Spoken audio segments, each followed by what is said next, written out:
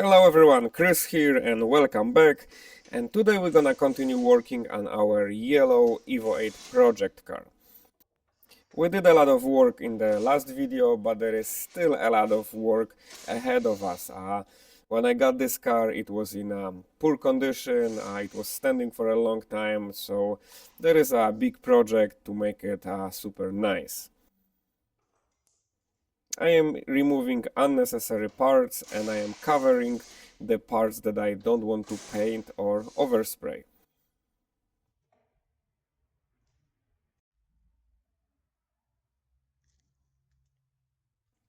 And after I will cover everything that I don't want to paint, I will spray with the primer. On some parts I already sprayed the Rust Encapsulator Plus. It's a good product, and then I will spray the primer.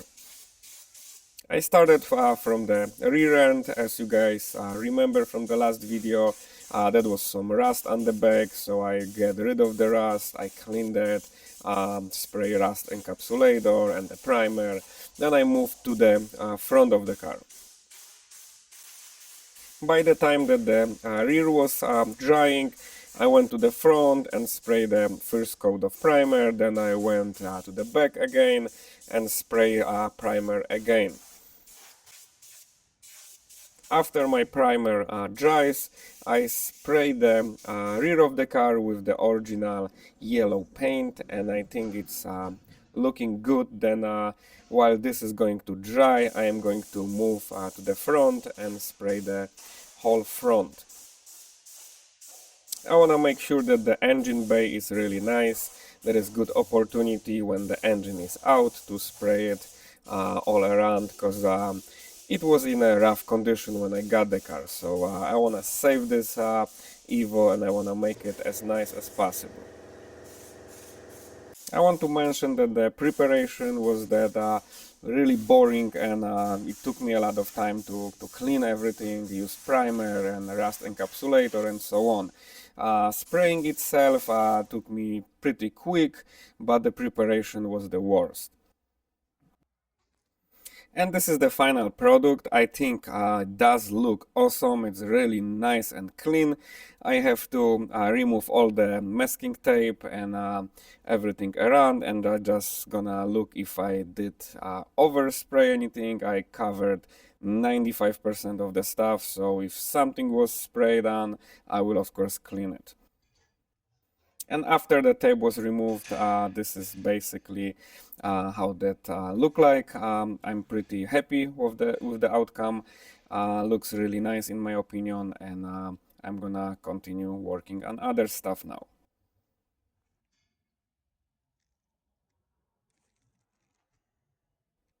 So now I'm going to install the fuel tank. In the last video, we finished this fuel tank. It's really nice. I spent a lot of time and I was cleaning this tank for a long time, long hours, and it was super rusty, as you guys remember. So I'm super happy how this tank look like now, and I'm going to install it. Of course, I have to connect everything on the top of the fuel tank first, and then I'm going to put the bolts for the fuel tank itself.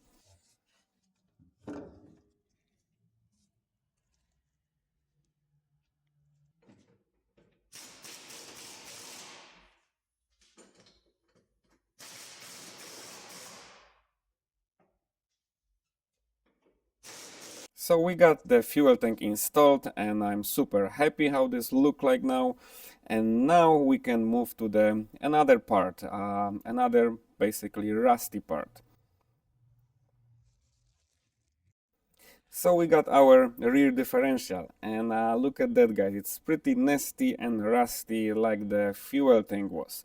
So I have to clean it. I'm gonna remove the cover. I will just redo the seals and everything. So first I wanna clean it really nice and make it make the rust disappear.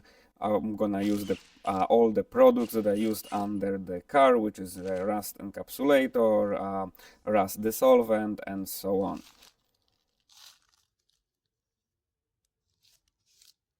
I will also open the cover from the rear differential just to see how the inside look like. I wanna see if it's not worn, if it's worth to my job to repainting and redoing this differential, because if it's the ring and pinion is bad, then there is no point of doing this. But look like we are good to go. Inside it's pretty nice and clean. And this is our cover that I just painted, and it's going to be ready for installation soon. I also sprayed the differential case with Rust Encapsulator Plus. Of course, I cleaned this as much as I could, and I used the Rust dissolver and paint thinner, and prepared it pretty nice for painting. And while I was inspecting the car underneath, I noticed another problem that we have, guys. I noticed that our CV boot is torn, so I will have to remove the CV XL and remove the and change the boot.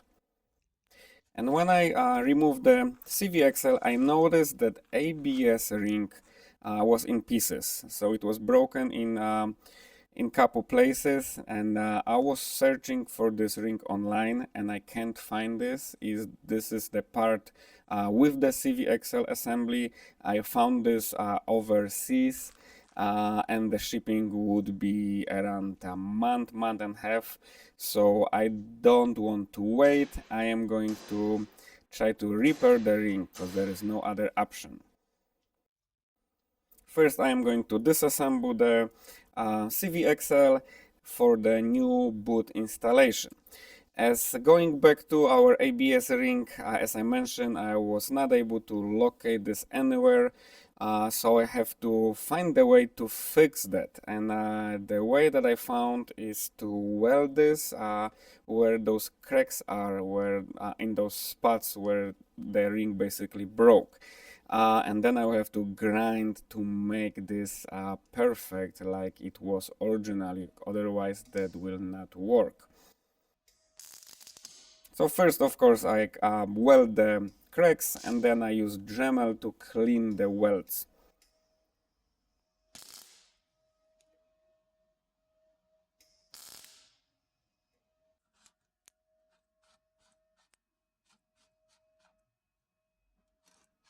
And after a couple of hours with the Dremel, I was able to make it nice, and I think it's going to work.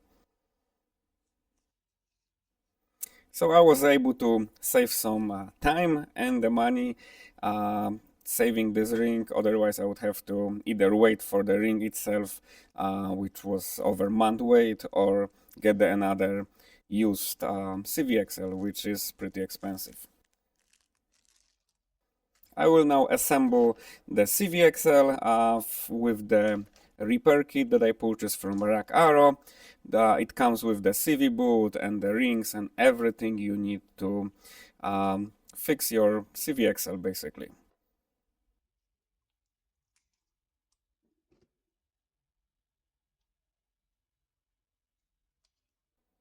So I first install the boot. Of course, I have to put the grease in and the new clips, and I put this back together. They also include in the kit the clamps that you need to put on your boot when you finish. Like I mentioned, this is the rebuild kit from Rack Arrow. You can get this pretty cheap. I believe that was $15 or $20, and it's really helpful because if your CVXL is worn, that's an easy way to make it nice again.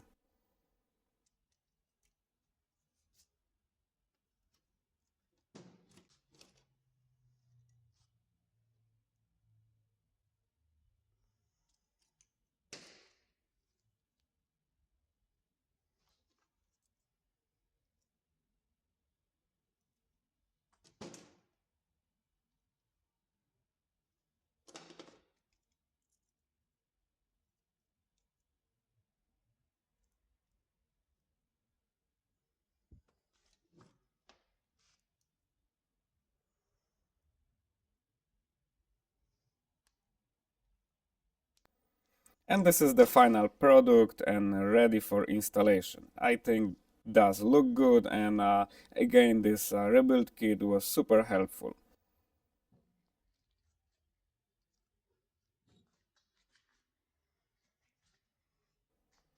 So now while our rear differential is still drying, I decided to do something different. We got the EVO taillights, and now they had some vinyl over those taillights. And the vinyl is not in great shape, of course, after some years, and I decided to remove it and redone this JDM style with the new vinyl. I purchased this vinyl from internet, and I have to say I never put this in the tail lamps. I never tried this, so if this doesn't comes good, please don't laugh, guys. I'm doing this my very first time. So I am going to use the heat gun to remove the old vinyl. So removal was pretty straightforward, but when I tried to install the new vinyl, the first start, and I noticed air bubbles right away. So I removed the vinyl and I use heat gun. A lot of heat make this vinyl soft, so I was able to go little by little, and actually I made them nice. I'm super happy because, like I mentioned, I did this my very first time, and that in the final I didn't notice even one air bubble. So I'm super happy and I'm ready to install them. And first, of course, I'm gonna install the bumper, and then I will go ahead and install my freshly redone tail lamps. I know JDM tail lamps are still available for purchase, but I don't want to spend that much money. I want to use this vinyl. They look decent. Of course, you can tell this is not the original lamp, this is not JDM lamp, but it's good enough for me.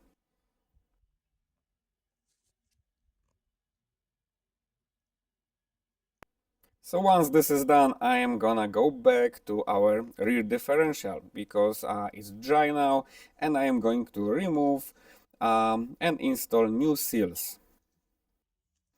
I learned from past experience that it's pretty good security to replace those seals because they like to leak, and I don't want to experience a leak when I put everything together. This is basically $20 fix, and it's good insurance. And the installation, straightforward. Just get the big socket and hammer it down. Just don't push it too far or too little. Just make sure it's even and flat.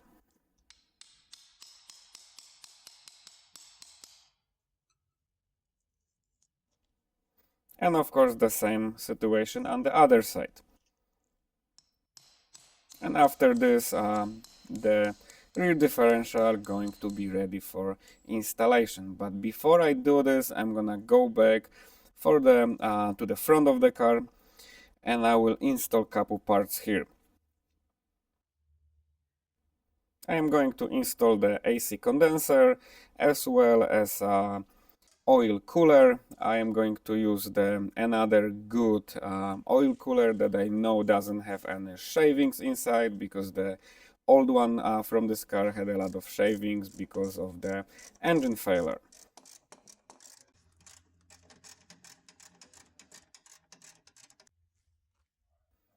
And after that, I decided to clean and buff my headlamps. I want them as nice and possible, so I clean them pretty nice, and they're going to be ready for installation.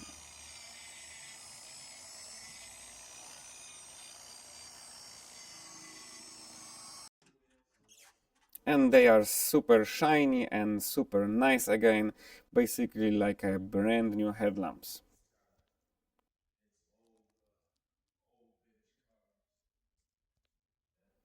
And of course the same thing on the other headlamp. I did buffer out with the buffer and the compound, and then I will going to install it.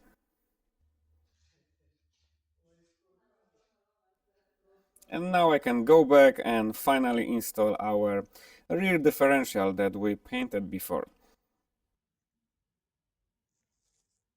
And the installation of the rear differential pretty straightforward.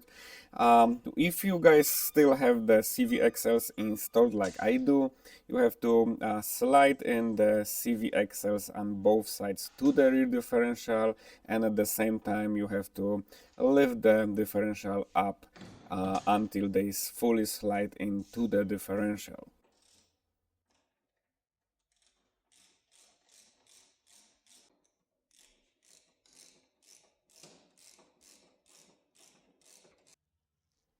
And the differential is installed, and that's how the undercarriage look like now. It's starting to get nicer and nicer every time, guys. I'm starting to like this car again because it was really rough and ugly before, but everything's starting to look pretty decent now.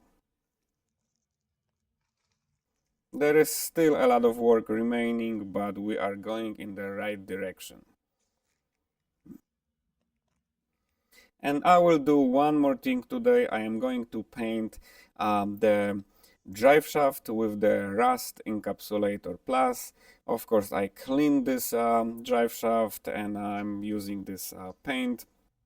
I'm going to brush it. I'm not using spray, so it's going to cover really nice.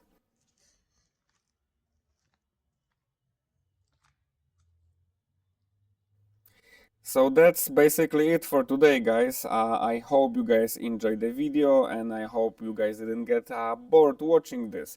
In the next video, hopefully we're going to install the engine and maybe start it finally. The car was sitting for a super long time and I think it's finally time to put this back together and start. Thank you for watching, guys, and see you in the next video.